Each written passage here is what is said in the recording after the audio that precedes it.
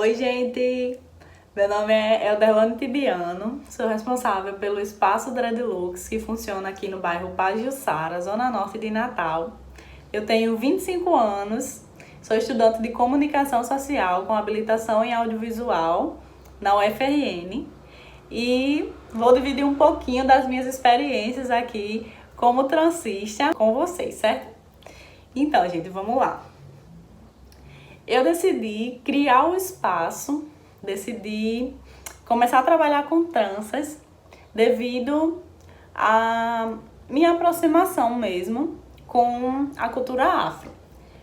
Inicialmente, quando eu estava saindo do ensino médio, eu comecei a pensar numa forma de como é que eu ia trabalhar.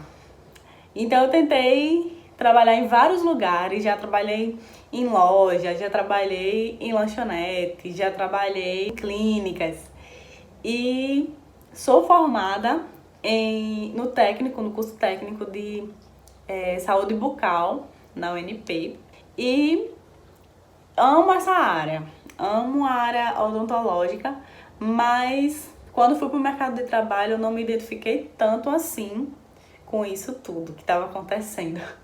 Então, eu já sabia fazer dreads nessa época, foi no finalzinho de 2013, e aí foi quando eu comecei a me identificar mais. Eu usava dreads, usava 6 dreads aqui na parte de baixo do cabelo, e esses dreads me fizeram gostar cada vez mais desse estilo.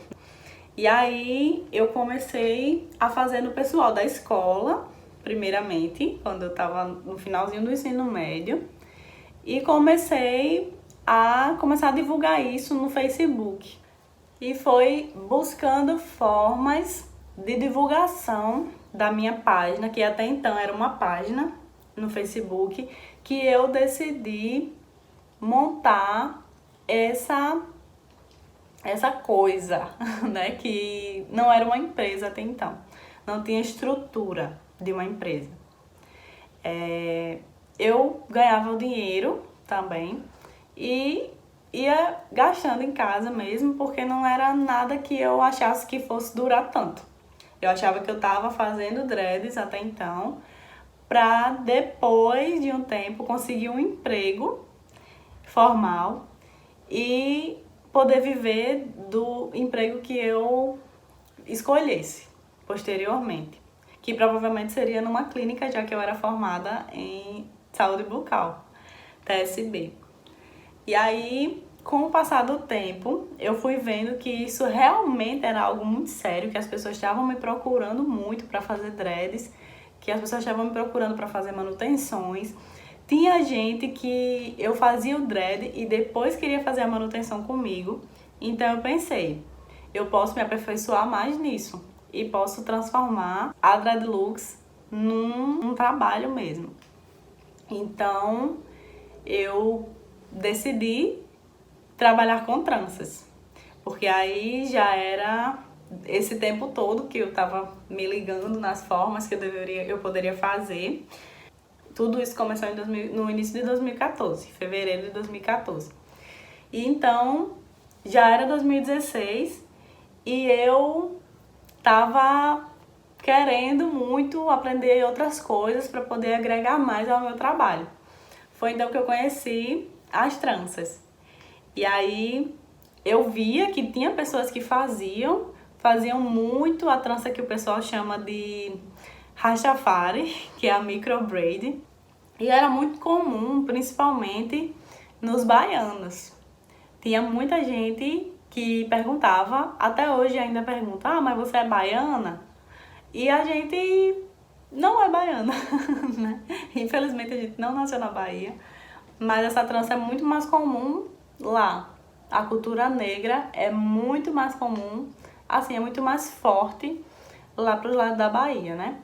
E aí eu via que tinha algumas pessoas que faziam tranças, que era tudo muito simples, nada muito elaborado e tal. E foi aí que eu conheci Alexandra Nara, que foi minha primeira professora de tranças. Ela é africana, ela é de Bissau e eu aprendi a minha base com ela. E aí a gente fez um curso, só que esse curso foi também muito simples. Ela era a única pessoa que fazia curso aqui em Natal, quando ela morava aqui, que ela veio para estudar na UFRN. E ela passou um tempo aqui trançando cabelos como forma de renda e também começou a desenvolver essas aulas para as pessoas que queriam aprender mais. E aí foi quando eu aprendi a trançar cabelos com a Alexandra. E aí depois desse curso, eu comecei a fazer, fazer tranças também, porque eu já tinha um certo conhecimento, já tinha um público, então daí eu decidi que eu iria aumentar mais essa demanda. Foi aí que eu comecei a pesquisar sobre outros modelos de tranças e tudo mais. E de 2016 para 2017 foi um boom, assim, porque foi quando eu descobri mesmo que o mundo afro, ele é gigantesco, que o mundo do cabelo afro, ele é gigantesco. E foi que eu também comecei a observar que tinha muita gente que estava deixando de alisar os seus cabelos para poder voltar ao seu natural. Inclusive eu passei por essa fase também. Antes de começar a trabalhar com dreads, eu comecei a minha transição capilar e aí eu passei 10 meses para o meu cabelo ele voltar ao natural, para eu realmente poder conhecer o meu cabelo, porque até então eu não conhecia. Eu alisava meu cabelo, minha mãe, alisava meu cabelo desde os 7 anos de idade. Então, de 7 anos de idade até 18 anos, eu não sabia o que era meu cabelo, como era, não entendia nada de cabelo cacheado, também de cabelo crespo. E foi então que eu decidi que iria voltar o meu cabelo natural. E aí com isso eu fui me descobrindo também enquanto mulher negra, e daí também surgiu a Dreadlux. A Dreadlux foi um dos motivos da minha descoberta como mulher negra. E então, no ano de 2017, eu comecei a conhecer outras pessoas e aí já tinha o Instagram. Eu comecei a pensar melhor na Dreadlux como empresa e eu decidi ampliar isso e transformar a Dreadlux no espaço Dreadlux. Foi então que eu decidi fazer realmente um salão. E aí fiz algumas parcerias que não deram certo, mas mesmo assim eu não desisti. Porque quando a gente tem um sonho, a gente precisa persistir nesse sonho. E eu me inspiro muito em muita gente. Muita gente próxima, principalmente, na minha família.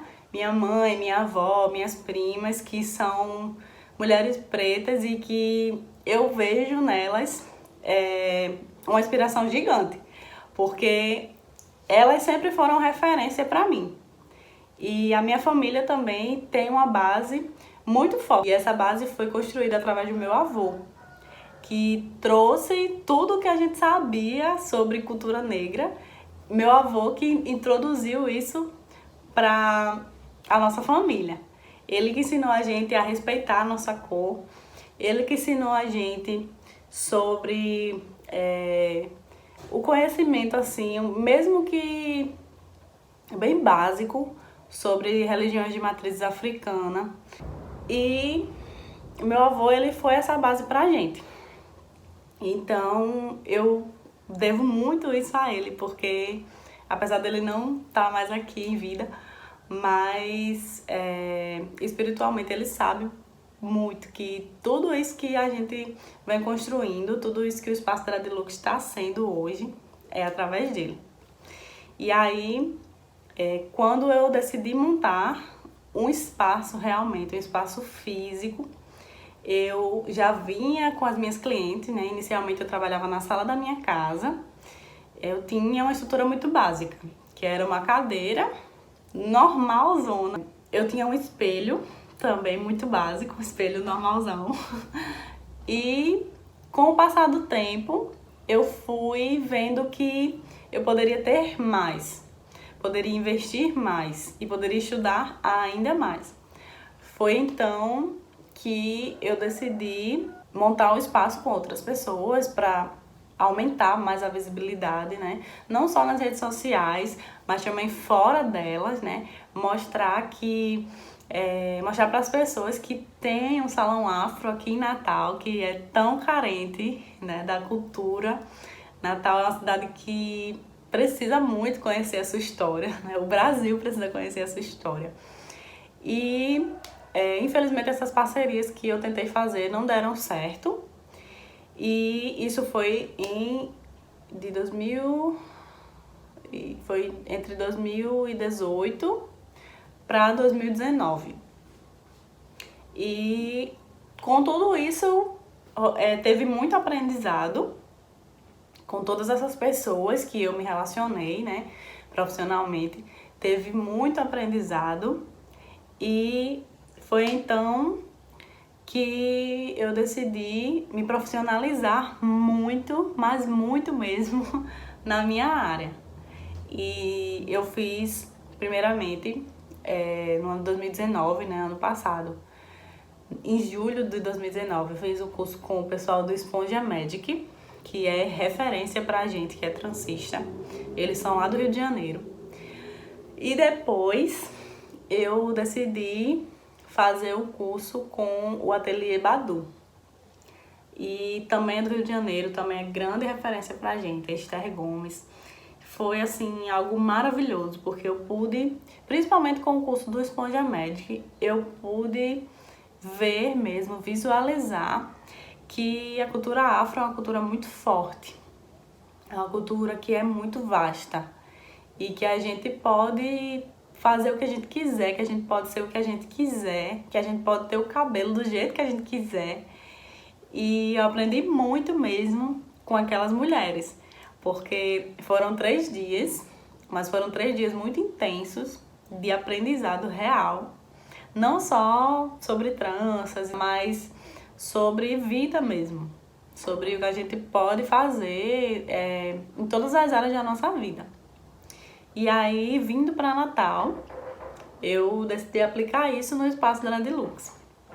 E aí, aqui no espaço, a gente sempre conversa, né, com as pessoas sobre racismo, a gente sempre conversa sobre apropriação cultural, sobre como ganhar dinheiro, né? Como é que as pessoas pretas precisam ganhar dinheiro, como é urgente isso, esse desenvolvimento da gente financeiro e psicológico também, né? Essa ideia de colonizado precisa acabar, precisa se extinguir, porque a gente não pode mais ficar nessa parte da base da pirâmide, né? A gente precisa ir para o topo da pirâmide.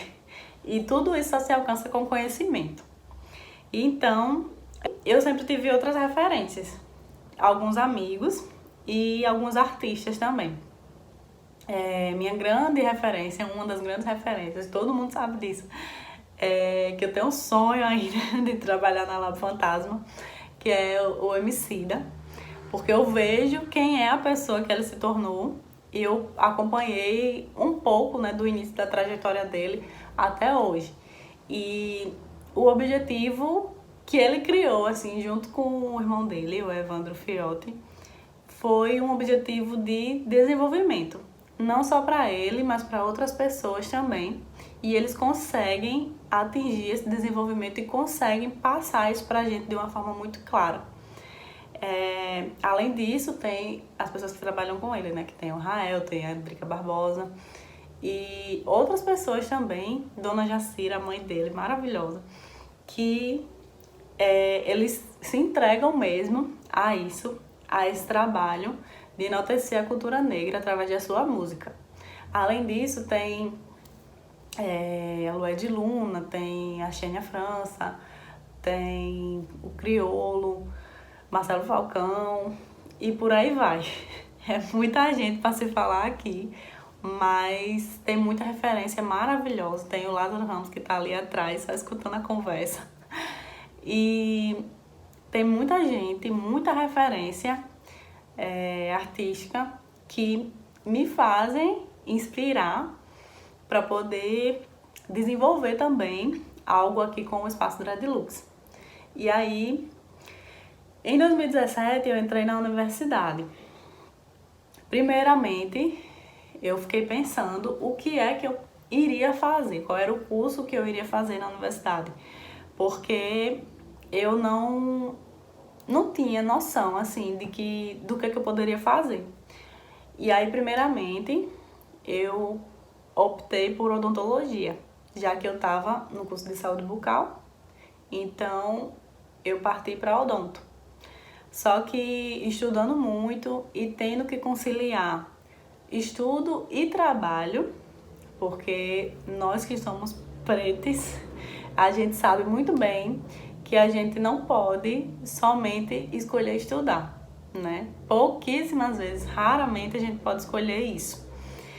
E tendo que conciliar isso, ficava cada vez mais difícil para eu poder alcançar a nota para odontologia. Mas mesmo assim, eu tentei, com a ajuda do meu companheiro na época, eu fiquei ainda uma parte do ano sem trabalhar, então eu pude me dedicar muito ao estudo. Eu frequentava as aulas de cursinho, eu frequentava tudo que o cursinho do DCE, da UFRN, tudo que o cursinho poderia me oferecer. Então eu ia para oficinas, eu ia para aula extra, tinha dia que eu passava de manhã, tarde e noite na universidade. E eu queria muito entrar na universidade, em odontologia. Mas chegou uma hora que eu vi que não ia dar certo entrar em odonto. Então eu pensei, já que eu tenho a Dreadlux, então eu posso ver um curso que dê pra se voltar pra Dreadlux. Mas ficava bem difícil também, porque o curso que eu poderia entrar era publicidade ou administração, né? Vendo que pela lógica de que eu tinha que seguir numa carreira aí administrativa, né? Tudo isso. Então eu fui ver as grades dos cursos, eu conhecia mais ou menos um pouco do curso de administração, vi que era bem geralzão e poderia ter entrado no curso de administração, mas o que mais me chamou a atenção foi a grade do curso de rádio e TV, que ainda era rádio e TV na época, mas estava fazendo uma transição. Mas aí eu já entrei em audiovisual. Eu decidi entrar no audiovisual porque eu vi que tinha algumas disciplinas que eu poderia agregar mais valor para o espaço. E foi aí que, ao entrar no curso de audiovisual, eu comecei a ver que eu poderia não só aprender um pouco mais sobre marketing, né, sobre divulgação, quanto eu poderia também agregar o audiovisual à minha profissão de transista. Eu às vezes chego a ser chata com o pessoal, porque todos os projetos que vão fazer o projeto ou é identidade negra, ou é cultura afro, enfim, é isso. Minha vida é essa na universidade. Eu sempre estou tentando juntar a minha atividade no Espaço Dreadlux com o curso, né? Sempre estou tentando fazer um curta, sempre estou tentando fazer algum documentário, alguma coisa. E daí que surgiu a ideia, em parceria com meu irmãozão, Mano Lira, a gente decidiu fazer o ID Afro. Inicialmente, a gente pensou em fazer o ID Afro para uma disciplina. E aí a gente fez para a disciplina e depois a gente pensou, por que não levar isso para o mundo? Então, o ID Afro é uma produção, né, minha, do Mano Lira, a gente, primeiro a gente pensou em fazer um projeto que juntasse histórias de pessoas. E aí, primeiro foi voltado para a transição capilar. Aí a gente pensou assim, vamos fazer sobre transição em mulheres e depois a gente pega a outra parte com um rapaz e fala sobre essa transição capilar nos meninos também. Aí fica o questionamento, mas o homem passa por transição capilar? Então, os homens negros, eles passam por transição capilar, mas na verdade é um processo que é mais para deixar, é mais um enfrentamento mesmo, assim, consigo mesmo e com a sociedade, muitas vezes com a família, de poder deixar o seu cabelo crescer. E isso tem um significado muito forte para os homens negros. Para as mulheres negras é isso, é sair do liso e deixar o seu cabelo natural respirar, deixar ele naturalzão. E no Idiafro, inicialmente, a gente pensou em falar sobre isso. Mas depois a gente foi vendo que dá pra gente agregar um pouquinho mais de coisa, dá pra pensar em outros temas, sobre tipo a solidão da mulher negra, racismo. A gente podia juntar tudo isso e fazendo uma websérie bem legal.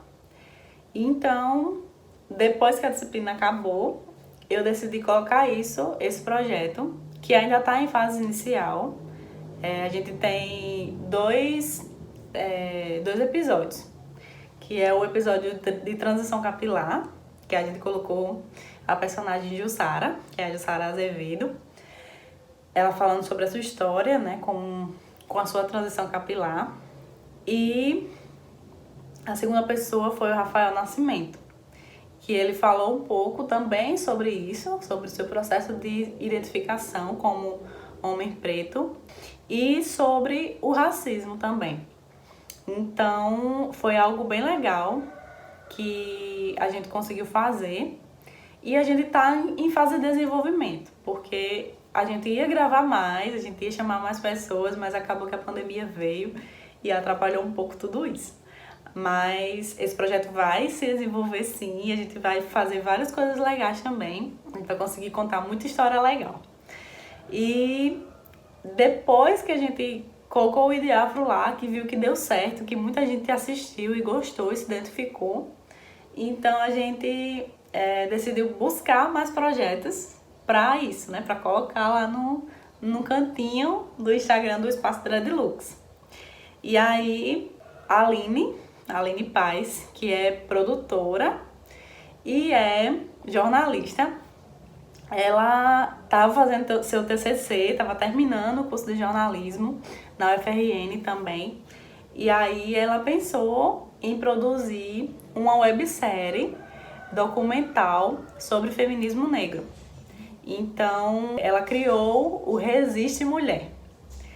Essa websérie ficou também fantástica porque contou histórias de várias mulheres negras, no caso, 4 mulheres negras, cada uma no seu local, né? Cada uma na sua área. A primeira foi Mariana, a segunda fui eu, e a terceira foi Alice Andrade e a quarta foi Jéssica Oliveira. E cada uma nas suas áreas, cada uma com a sua resistência. Ficou incrível, ficou maravilhoso.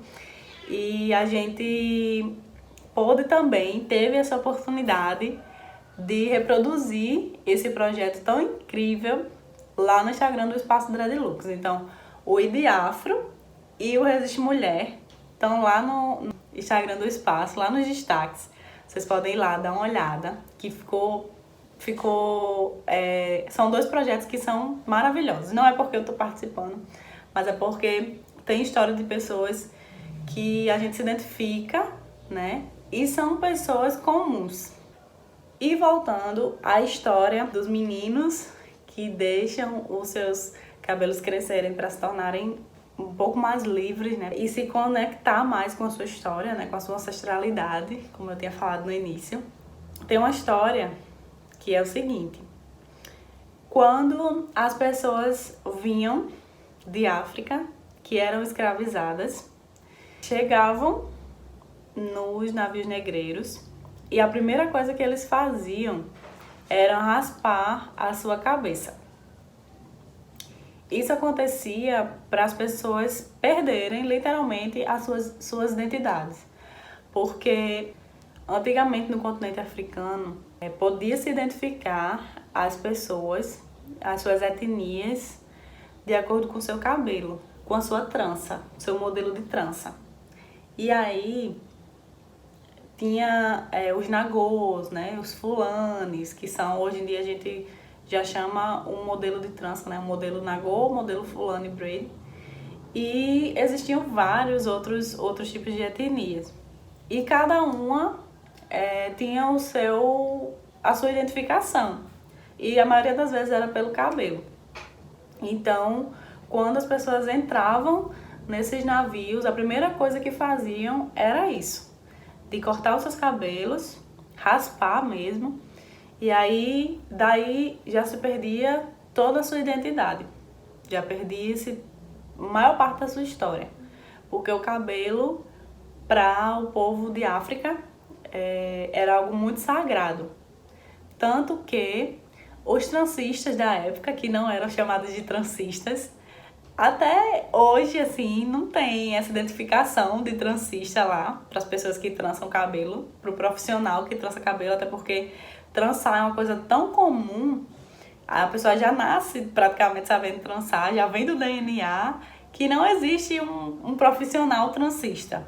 E essas pessoas, elas eram muito importantes e eram pessoas de confiança mesmo para as famílias. E trançar o cabelo era realmente um ritual. Era passar o dia com a pessoa, era um cuidado, era uma troca de energia. E eu tô falando era, mas na verdade não era, ainda é. E é por isso que eu vivo falando que um salão afro é totalmente diferente de um salão convencional, né? De um salão tradicional. Porque um salão afro, ele tem muito isso. A maioria das vezes a gente inicia a nossa profissão sem nem saber o que é uma profissão.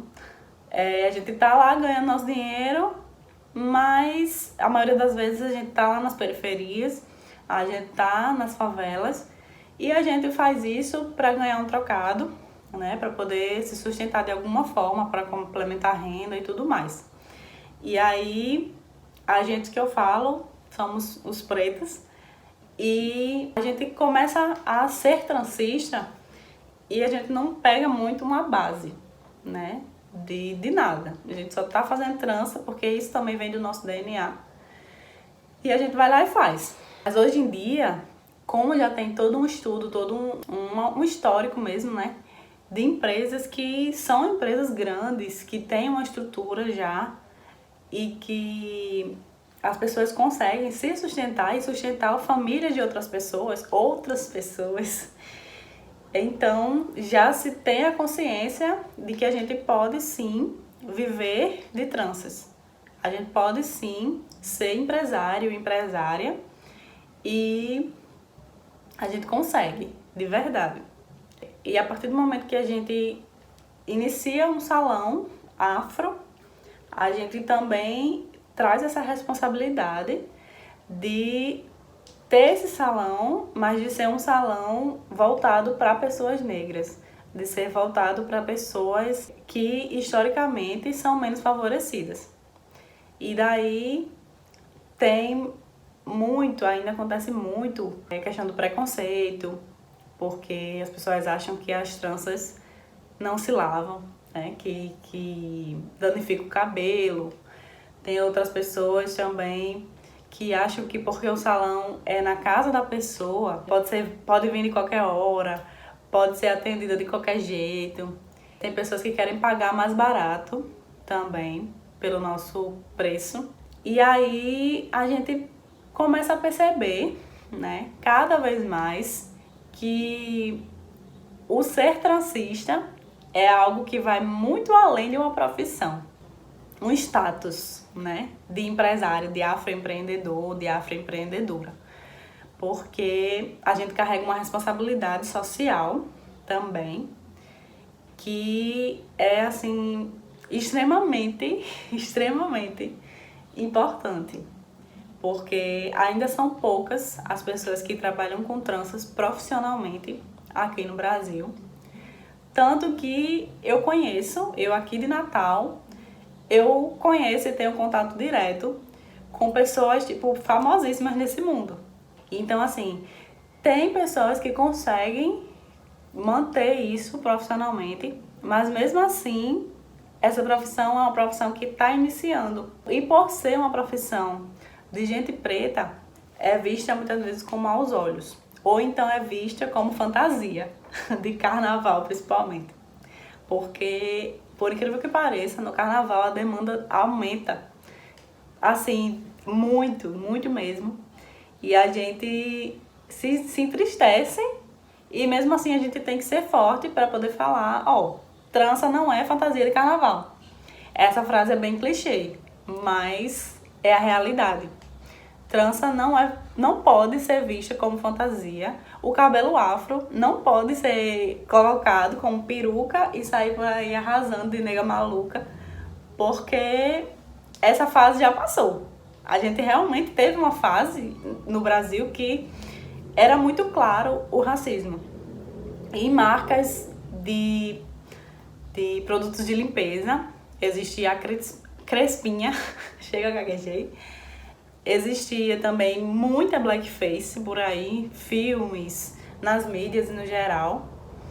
E existia também muita coisa assim, muito sutil, né? Frases que eram, por exemplo, não sou tua nega, que ainda hoje muitas vezes são recorrentes em alguns nichos de pessoas, mas existem já mais pessoas para poder bater de frente com isso e dizer, ó, isso aí já não rola mais não, já deu. Vamos mudar de assunto, porque esse assunto aí já não tá mais rolando. Vamos pensar um pouco, né? Por que não soltou as negras? Né? Porque a mulher negra, ela é vista como um objeto sexual. E isso é histórico. Tudo isso que acontece no Brasil atualmente é histórico. A gente precisa ver essas expressões e pensar no motivo pelo qual elas existem. A expressão mulata, por exemplo. A mula é um animal híbrido e estéril. Ela é feita, né, ela é produzida, digamos assim, da junção de uma égua e um jumento. Se eu não me engano, é um jumento ou é um jegue, mas é essa junção. E aí, trazendo isso para o ser humano, o mulato, ele nascia de uma negra com um português. E aí, quando juntava, dava essa pessoa mulata. A gente já sabe, hoje em dia, que teve essa mistura, né? Mas isso é muito racista, falar que uma pessoa é mulata. E morena também. Porque morena e pardo é uma tentativa de embranquecer a pessoa preta. No meu registro de nascimento, por exemplo, tem lá, morena. Mas eu não me identifico como morena. Eu me identifico como uma mistura de preta e índia. Porque eu vejo que eu tenho traços indígenas e também tenho traços de pessoa preta. Já outras famílias têm pessoas com traços de portugueses, pessoas com traços também de negros ou de índios, enfim. No final das contas, eu também costumo dizer que a gente deveria ser visto como brasileiro, porque o brasileiro ele é miscigenado mesmo e não tem jeito. Infelizmente, os portugueses vieram pra cá e fizeram toda essa bagunça, né? Porque senão a gente seria índio mesmo. Mas, por acontecer tudo isso, e pelos próprios portugueses terem mudado toda a história do Brasil, os documentos mesmo, então acabou que houve toda essa bagunça que a gente vive e acabam que existem muitas coisas que se confundem. Por exemplo, uma pessoa branca pode usar tranças ou uma pessoa branca pode ser transista? Então, poder pode, né? Poder até pode. Até porque, como eu falei, existe essa mistura, existe tudo isso, né, que fizeram com a gente, que fazem a gente ficar meio perdido e fazem a gente não entender muito bem quem a gente é. E a gente precisa, por conta própria, buscar nossa história. Mas existe muito essa questão, que é muito forte. Tem pessoas que se denominam mesmo brancas e que decidem fazer trança. Para se tornar mais fácil, né, dessa coisa, dessa loucura que a gente vive no Brasil hoje em dia, para se tornar mais fácil, a gente começa a pensar de acordo com a cor da pele. Quanto mais escura a gente é, mais racismo a gente vai sofrer. Eu, com a cor da minha pele, eu sou escura, mas nem tanto. Eu ainda sofri e sofro muito racismo, muito mesmo. A diferença do sofrer e do sofro é porque eu hoje em dia já sei identificar e já sei responder à altura também. E tem muitas vezes que as pessoas vêm, já por conhecer minha história, já vem falar comigo já se maneirando para não ser racista. Que isso também é uma coisa que a gente precisa conversar, porque a gente precisa falar sobre racismo. É algo que é indiscutível.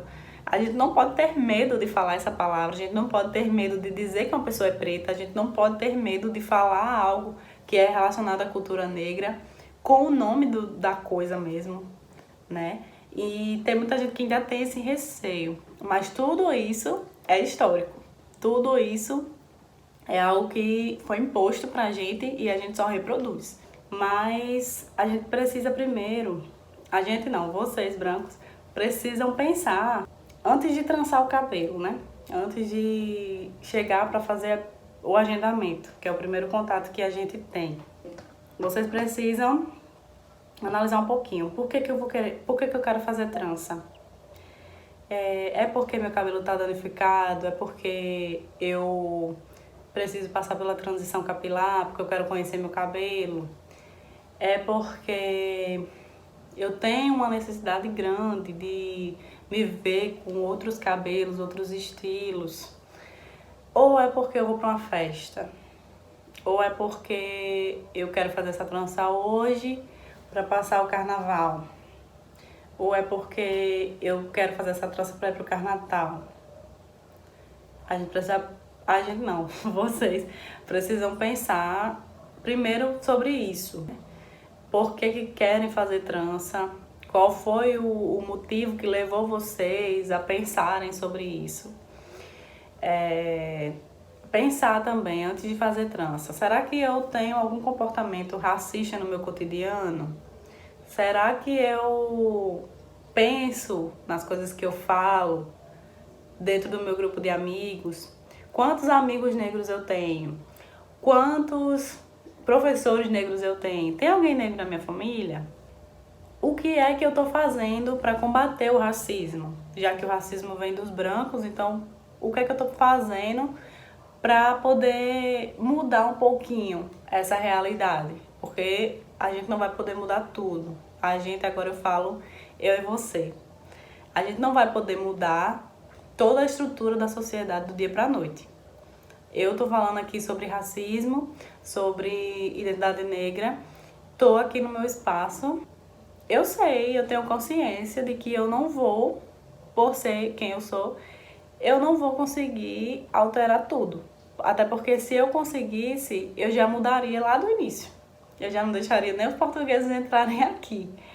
Então, a gente precisa hoje, a partir de hoje, o que a gente tá vivendo hoje, a gente precisa observar nossas atitudes, nossas ações, para poder não reproduzir mais pensamentos racistas. Ah, mas é muita coisa, Adelano, pra poder fazer uma trança, pra poder fazer um cabelo. É muita coisa, gente. É muita coisa também o que a gente precisa, o que a gente precisa não, o que a gente ouve, que nem precisar de ouvir a gente precisa. Que a trança é muito cara, que ah, mas você só vai fazer uma trança no meu cabelo. É, a gente ouve isso todo santo dia. A gente que é transista. E aí, muitas vezes já chegam com autoridade. Ó, eu quero um horário pra hoje, viu? Liga e fica mandando muita mensagem, até a gente responder. Mas a gente tem entendimento que, ó, 8 horas da manhã eu vou começar a responder todo mundo. E pronto. A gente precisa definir, a gente preto precisa definir esses limites, né? A gente que é empreendedor, também é afroempreendedor, a gente precisa pensar muito sobre estratégias que a gente vai ter, que a gente vai fazer para não precisar passar por humilhações, muitas vezes. Às vezes passa por situações que são inadmissíveis. E quando a gente fala, quando a gente se posiciona, a gente é taxado de chata ou então você tá muito abusadinha, você tá agora rica, como se a gente não pudesse ganhar dinheiro.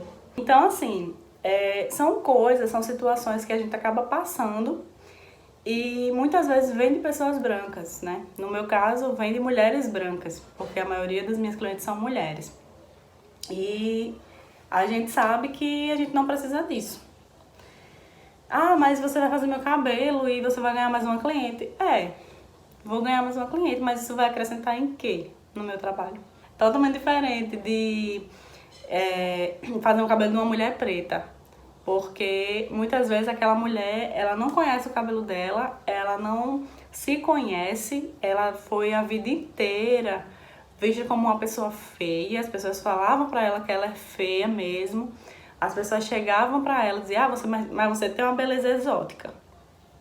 E aí, essa mulher ficou com isso e reproduz isso, que ela tem uma beleza exótica, mas é porque ela não se conhece, ela nunca teve a oportunidade de se ver, se olhar mesmo no espelho e dizer, não, eu sou linda do jeito que eu sou, com o meu cabelo pro alto, com o meu cabelo crespo, com minha trança, com o meu dread, enfim. E a gente tá aqui pra isso. Quando a gente faz o cabelo de uma mulher preta, que ela se olha no espelho e diz, não, eu sou maravilhosa. É tanto que a gente tem um filtro lá no Instagram que é isso, preta, você é maravilhosa.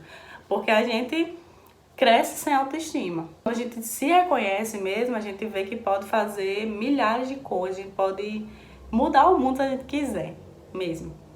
E aí, uma mulher branca pode ser transista? Também pode. Se perguntar todo santo dia, se cobrar muito, ó, o que é que eu tô fazendo para combater o racismo? O que é que eu tô fazendo aqui no meu salão, no meu espaço, para agregar mais valor à cultura negra, à cultura afro? O que é que eu tô fazendo? Tô contratando pessoas que são pretas para ser minha auxiliar? Eu tô entendendo a história dela, eu tô entendendo o cotidiano dessa pessoa, porque muitas vezes a pessoa é branca, quer ganhar o dinheiro de uma pessoa preta, mas fica por isso mesmo. E aí é mais uma vez a história se repetindo. Por isso que batem muito nessa tecla, né, da questão da apropriação cultural. Mas a gente também precisa ver que ao mesmo tempo que existem mesmo pessoas brancas que se apropriam, né, querem fazer trança porque querem ir para uma festa, querem aparecer, querem ir para uma rave, enfim. Também existe a indústria, né, que faz questão desde sempre de colocar as pessoas brancas como a prioridade do rolê. A mais bonita numa revista, né, numa propaganda de televisão, numa loja, né? Porque tem empresas, tem marcas que elas até colocam uma pessoa preta lá no seu outdoor, mas quando vai numa loja, não tem pessoas pretas trabalhando lá naquela loja. E aí, na frente de loja, detalhe, frente de loja, porque às vezes as pessoas pretas estão lá dentro no estoque, que é para não serem vistas. Tem muito isso, né? Tem muito essa coisa, essas questões que a gente precisa conversar sempre, todo dia, todo dia, todo dia. Debater sobre isso todo dia, todo dia, todo dia, para poder chegar um tempo, né? Creio eu que nem nos nossos filhos, nossos netos, na geração dos nossos netos ou bisnetos, não sei, mas vai chegar uma hora que tudo isso vai chegar uma hora que as pessoas vão lembrar do racismo e só lembrar mesmo, não vão sentir isso na pele, né? Mas a gente só vai aprender mesmo que o racismo, tipo, a gente só vai ter o racismo como uma lembrança quando a gente começar a lembrar mesmo dele, quando a gente começar a falar dele, quando a gente começar a mudar. Não só a gente que é preto, porque a gente tá aí todo dia nessa luta, a gente sabe muito bem o que é ser preto. E a gente não vai mais tolerar muitas coisas, como eu falei, né, anteriormente. E a gente também não vai ser taxado mais como coitados e nem como subalternos. A gente não é mais assim, né? Se a gente era assim há algumas gerações passadas, a gente não é mais. A gente agora é empresários, né? A gente é afroempreendedor. A gente tá buscando cada vez mais se inserir em vários lugares que sempre teve médicos pretos, sempre teve advogados pretos, sempre teve juízes pretos, mas a indústria fazia questão de não mostrar isso. E agora as mídias, né, que pessoas pretas também estão desenvolvendo mídias para as próprias pessoas pretas. E a gente tá nesse processo, né? A gente tá nesse aquilombamento, como a gente fala. A gente tá se juntando, a gente tá buscando se fortalecer cada dia mais. E a gente, um dia, provavelmente, a gente vai poder se ver e entender um pouco mais da nossa cultura, né? A gente vai poder viver a nossa cultura como ela realmente é. E é isso, gente. Depois desse turbilhão de informações, eu quero finalizar aqui a minha fala dizendo que ser transista é uma profissão difícil, acima de tudo, ela é muito difícil, ela é extremamente cansativa.